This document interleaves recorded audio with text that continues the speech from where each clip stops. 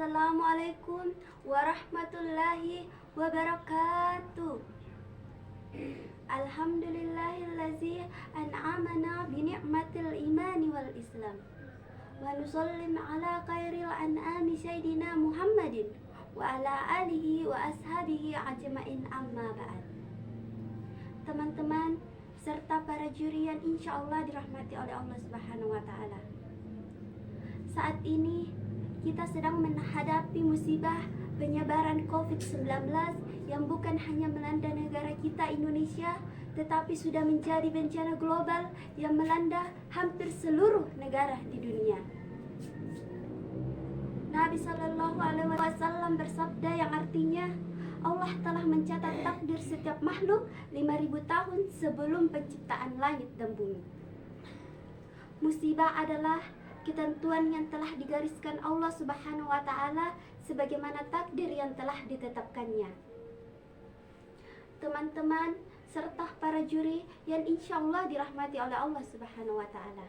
Lantas, bagaimanakah sikap kita sebagai seorang muslim dalam menghadapi pandemi ini?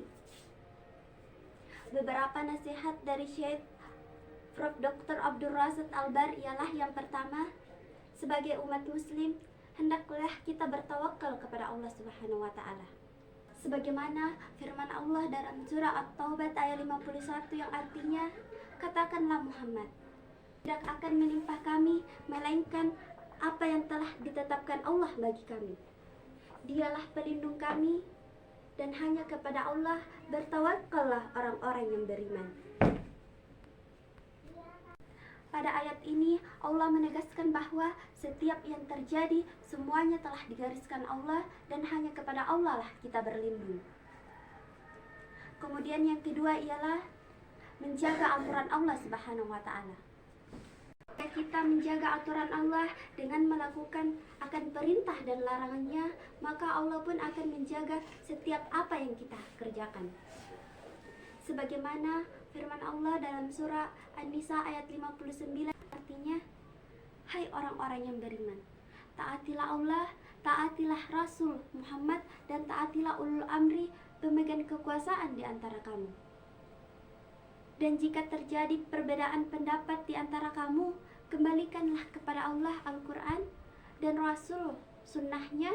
Dan jika kamu benar-benar percaya kepada Allah dan hari kemudian, dan demikian itu lebih utama bagimu dan lebih baik nantinya.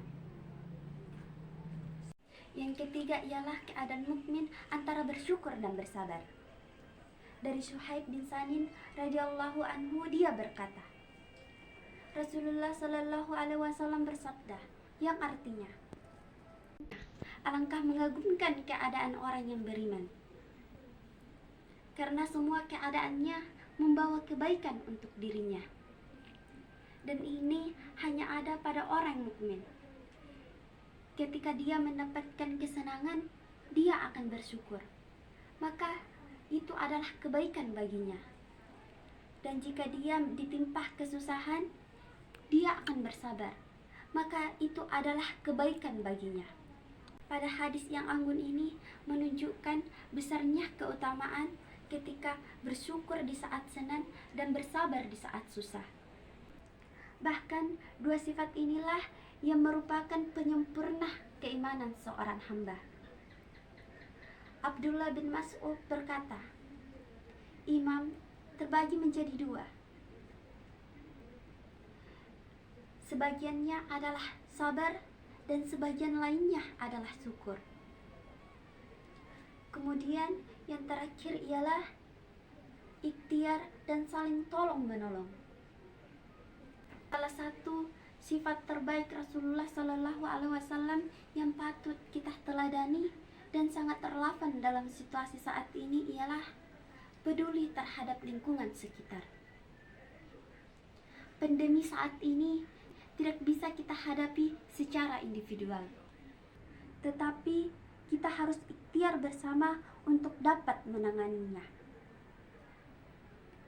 Nabi Muhammad Sallallahu Alaihi Wasallam bersabda yang artinya, barang siapa yang melepaskan kesusahan saudaranya, maka Allah akan melepaskan kesusahannya nanti di akhirat. kepedulian yang telah dicontohkan dan diperintahkan Rasulullah Sallallahu Alaihi Wasallam, semangat yang dapat kita jadikan sebagai umat Islam di masa pandemi ini. Mungkin itu saja yang sempat saya sampaikan. Semoga dapat bermanfaat bagi kita semua dan dapat kita aplikasikan dalam kehidupan sehari-hari. Jika ada kekurangan, mohon dimaafkan. Kurangnya datang dari diri saya pribadi dan kelebihannya datang dari Allah Subhanahu wa taala. Saya akhiri dengan ucapan nun wal qalam wa ma yas'urun fastabiqul khairat. Wassalamualaikum warahmatullahi wabarakatuh.